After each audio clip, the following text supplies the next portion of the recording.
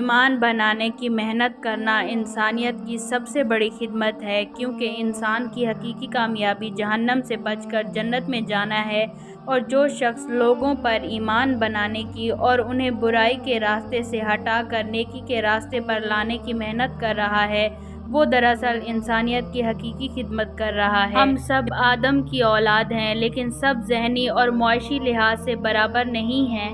اس لیے ایک باپ کے بیٹے اور ایک بھائی کے دوسرے بھائی برابر نہیں ہو سکتے۔ اس لیے کوئی باپ اپنی کسی اولاد اور کوئی بھائی اپنے دوسرے بھائی کی وجہ سے پریشان نہ ہو، کیونکہ یہ سب تقدیر کے فیصلے ہیں۔ ایک انسان کو تیار ہونے میں کئی انسانوں کی محنت ہوتی ہے، اس لیے انسان کو چاہیے ان لوگوں کا شکریہ ادا کرے جنہوں نے اسے اس مقام پر پہنچنے میں مدد کی، اور پھر وہ دوسرے لوگوں کو تیار کرنے کی کوشش کرے تاکہ اچھائی کا یہ سلسلہ چلتا رہے۔ اسلام اس پر زور دیتا ہے کہ اپنے نفس کی پاکیزگی کے لیے آپ خود محنت کریں۔ یہی وجہ ہے کہ آپ پیسے دے کر کسی اور سے نمازیں نہیں پڑھوا سکتے، جبکہ ہماری ایک فرد سے لے کر ملکی سطح پر یہ سوچ بن گئی ہے کہ کوئی اور دے اور ہم کھائیں، جبکہ عزت وہی شخص اور قومیں پاتی ہیں جو اپنے پیروں پر کھڑا ہونے کی خود کوشش کرتی ہیں۔ بے شک عزت دینے والا اللہ ہے، لیکن اللہ سے عزت کیسے لی جائے اور اللہ کی بارگاہ میں عزت والا کون ہے؟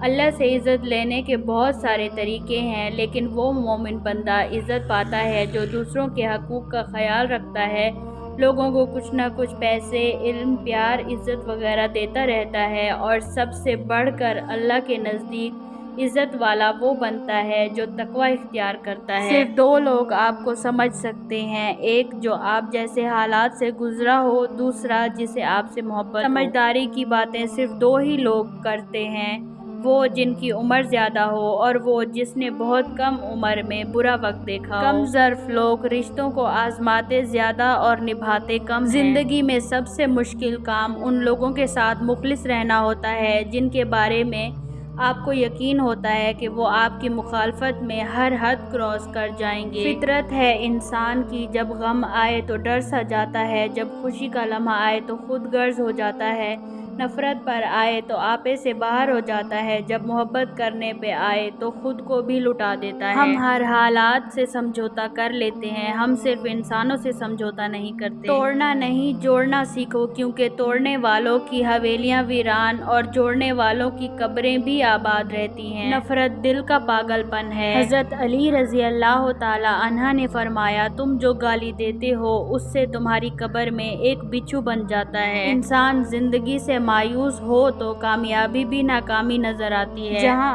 آپ کی عزت نہ ہو وہاں ہرگز مت جاؤ، چاہے وہاں کھانا آپ کو سونے کی پلیٹ میں ہی کیوں نہ دیا جائے۔ کسی کمزور کے خلاف کسی طاقتور کی مدد نہ کرو۔ بے شک دنیا کی مثال ایسی ہے جیسے ایک شخص کی دو بیویاں ہوں، ایک کو راضی کرتا ہے تو دوسری روٹھ جاتی ہے۔ جو شخص موت کا منتظر ہے وہ تیزی سے نیکیوں کی طرف دوڑتا جا رہا ہے۔ اپنی زندگی میں ایسے دوست شامل کرو جو آئینہ اور سایہ بن کر تمہارے ساتھ چلیں، کیونکہ آئینہ جھوٹ نہیں بولتا اور سایہ ساتھ نہیں چھوڑتا۔ انسان کا اپنے دشمن سے انتقام کا سب سے اچھا طریقہ یہ ہے کہ وہ اپنی خوبیوں میں اضافہ کرے۔ پریشانیاں حالات سے نہیں خیالات سے پیدا ہوتی ہیں۔ اچھے کے ساتھ اچھے رہو، لیکن برے کے لیے برے مت بنو، کیونکہ تم پانی سے خون صاف کر سکتے ہو پر خون سے خون نہیں۔ جتنا تم میں صبر ہوگا اتنا زیادہ تمہاری دعا میں اثر ہوگا۔ جتنی ذہانت بات کہنے کے لیے درکار ہوتی ہے اس سے دگنی ذہانت دوسرے شخص کی بات سننے اور سمجھنے کے لیے درکار ہوتی ہے۔ خوش فہمیوں کی اینک جب اترتی ہے تو ہر چیز صاف دکھائی دیتی ہے، حتیٰ کہ اپنی اوقات بھی۔ کامیاب وہی ہے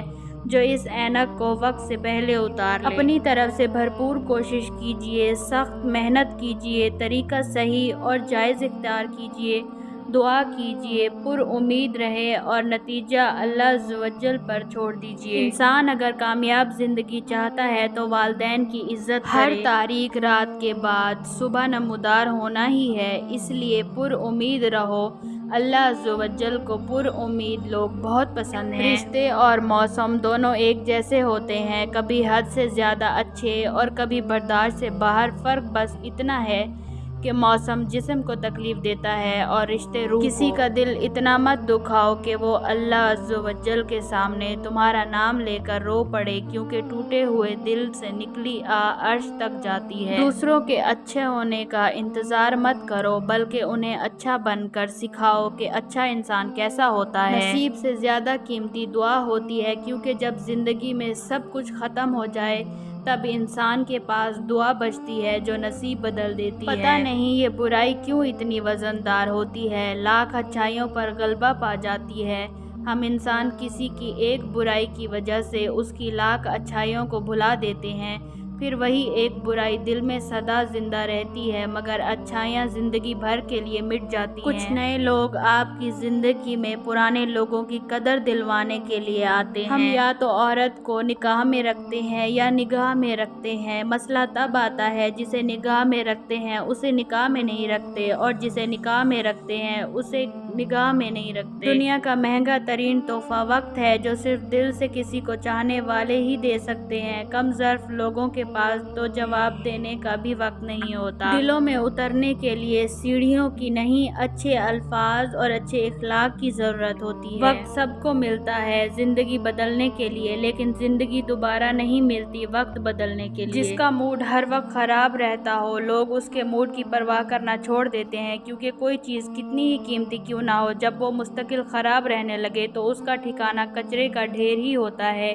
اس لیے خوش رہیں، مسکرائیں اور آگے بڑھیں۔ لوگ کہتے ہیں کہ وقت بدل جاتا ہے، اور وقت نے مجھے بتایا کہ لوگ بھی بدل جاتے ہیں۔ ضروری نہیں جو آج تمہارے ساتھ ہے وہ کل بھی تمہارے ساتھ رہے گا، اس لیے اکیلے چلنا سیکھ لو۔ اگر وقت اپنا ہے تو سب اپنا ہے، ورنہ کوئی کسی کا نہیں۔ ایک عورت جب ماں بن جاتی ہے تو وہ بہت بہادر اور مضبوط ہو جاتی ہے، مگر ساتھ ہی ساتھ بہت ڈرپوک بھی، اور سب سے بڑھ کر وہ موت سے ڈرنے لگتی ہے، کیونکہ وہ ہمیشہ جینا چاہتی ہے اپنی اولاد کے لیے۔ کسی فیصلے کے وقت اگر بات قرآن تک پہنچ ہی جائے تو فیصلہ قرآن کے اوپر ہاتھ رکھ کر نہیں، بلکہ اس کے اندر سے پڑھ کر کریں۔ اللہ سے معافی بھی مانگو اور عافیت بھی، کیونکہ کسی آدمی کو ایمان و یقین کے بعد عافیت سے بہتر کوئی نعمت نہیں دی گئی، یعنی سب سے بڑی نعمت تو ایمان و یقین ہے اور اس کے بعد عافیت ہے۔ جب تک موت نے مہلت دے رکھی ہے اس وقت تک تم لوگ نیک اعمال میں ایک دوسرے سے آگے بڑھنے کی کوشش کرو، اس سے پہلے کہ موت آ جائے اور عمل کرنے کا موقع نہ رہے۔ مجھے بتایا گیا ہے کہ اعمال ایک دوسرے پر فخر کرتے ہیں، تو صدقہ کہتا ہے کہ میں تم سب سے افضل ہوں۔ صبح کا آغاز صدقے سے کیا کرو، کیونکہ مصیبت صدقے سے آگے قدم نہیں بڑھاتی۔ نبی پاک صلی اللہ علیہ وآلہ وسلم سے پوچھا گیا کون سا عمل افضل ہے؟ ارشاد فرمایا حسن و اخلاق۔ دو عورتیں رسول اللہ صلی اللہ علیہ وآلہ وسلم کے پاس آئیں، ان کے ہاتھوں میں سونے کے 2 کنگن تھے، تو آپ نے ان سے فرمایا کیا تم دونوں اس کی زکوٰۃ ادا کرتی ہو؟ انہوں نے عرض کیا نہیں، تو رسول اللہ صلی اللہ علیہ وآلہ وسلم نے ان سے فرمایا کیا تم پسند کرو گی کہ اللہ تم دونوں کو آگ کے 2 کنگن پہنائے؟ انہوں نے عرض کیا نہیں۔ آپ نے فرمایا تو تم دونوں ان کی زکوٰۃ ادا کرو۔ نبی اکرم صلی اللہ علیہ وآلہ وسلم نے فرمایا 3 لوگ ایسے ہیں جن کی طرف اللہ تعالیٰ قیامت کے دن رحمت کی نظر سے نہیں دیکھے گا، نہ انہیں گناہوں سے پاک کرے گا اور نہ ان کے لیے دردناک عذاب ہوگا۔ ہم نے پوچھا اللہ کے رسول صلی اللہ علیہ وآلہ وسلم یہ کون لوگ ہیں؟ یہ تو نقصان اور گھاٹے میں رہے۔ آپ نے فرمایا احسان جتانے والا، اپنے تہبند تخنے سے نیچے لٹکانے والا، اور جھوٹی قسم کے ذریعے اپنے سامان کو رواج دینے والا۔